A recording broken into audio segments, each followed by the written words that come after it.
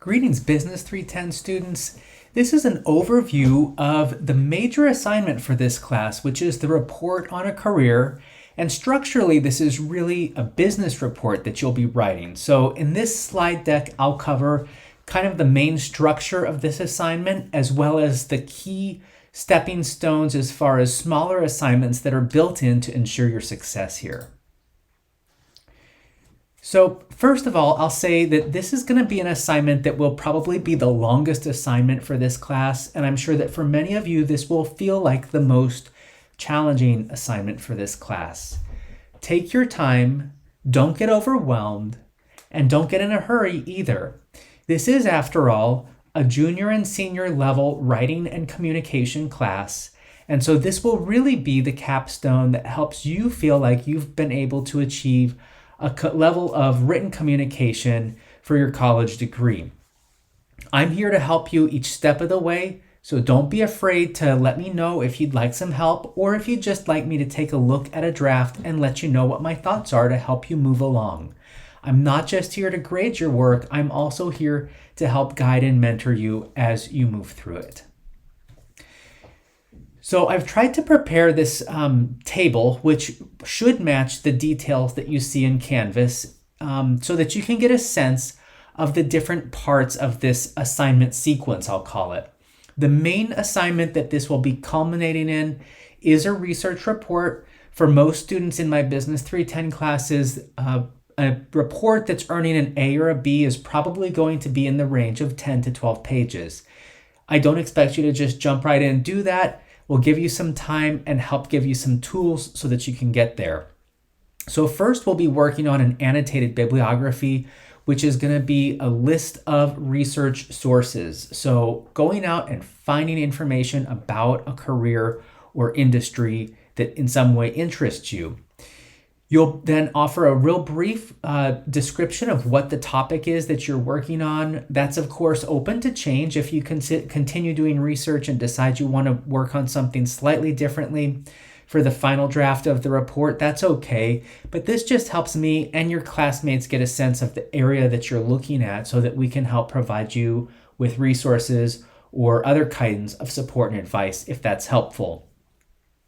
This assignment does include an informational interview, so you'll be talking with, or more importantly, listening to someone who's working in the field.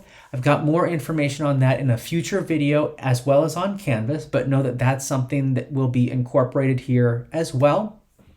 And then the drafting process will be an iterative process, meaning you'll have a first draft, we'll do peer review, and then you'll have a final draft with a memo that is kind of a reflective memo, allowing you to talk a little bit about the process and any kind of thing that you've learned through the course of writing this.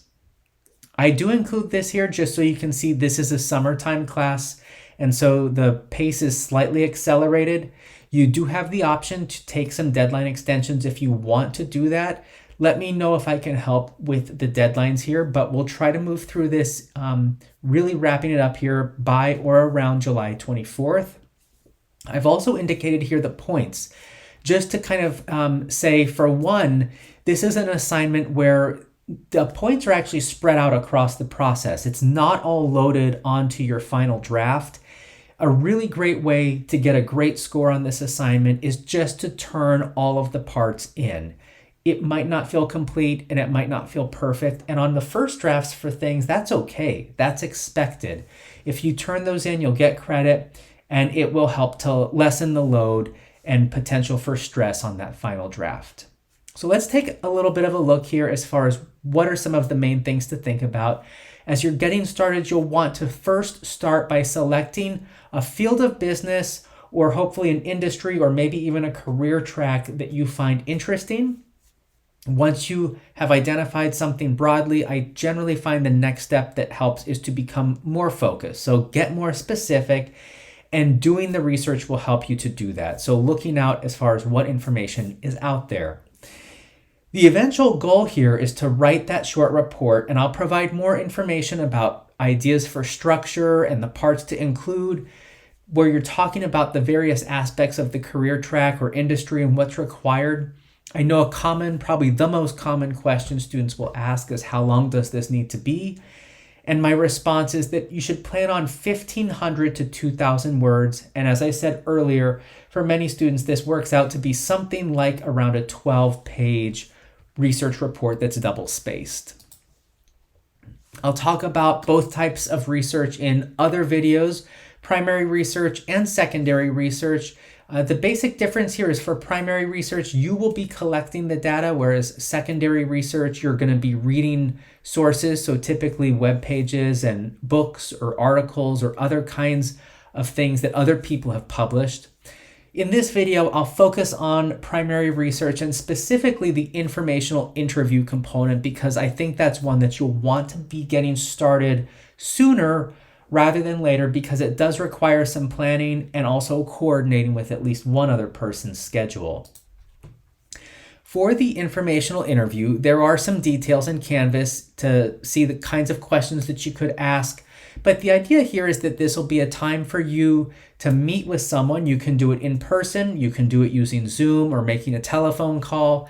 Either way, make plans to have an interview with someone who is a professional in or around the field that you're interested in.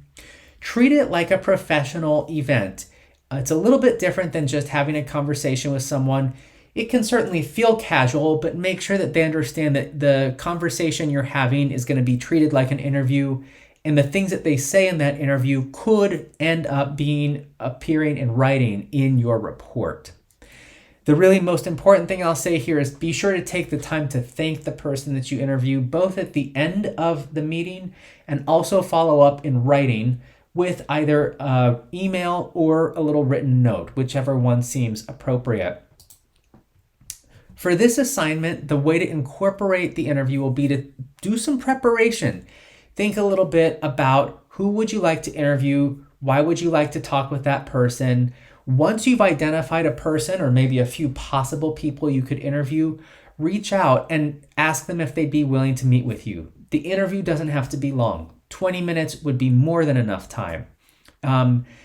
Offer them some dates where you'd like to do the interview and see if they have preferences as to doing it by Zoom or phone or meeting in person. Take some time to write out some questions that you would like to ask the person before you conduct the interview. Often I say the difference between an interview and a conversation is that in an interview, you've taken the time to prepare the questions ahead of time. And if you want to be really professional about this, I encourage you to share those interview questions with the person you're interviewing before you have the interview with him. The advantage is that will give that person time to think about the questions that you're asking, and they can therefore produce more thoughtful and well-considered responses to give you information that you're really going to find helpful.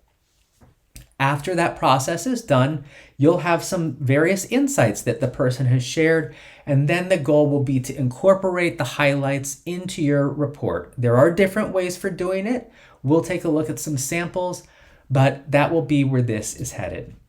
So, like I said, interviews are a little bit different than a conversation. These are some points to keep in mind.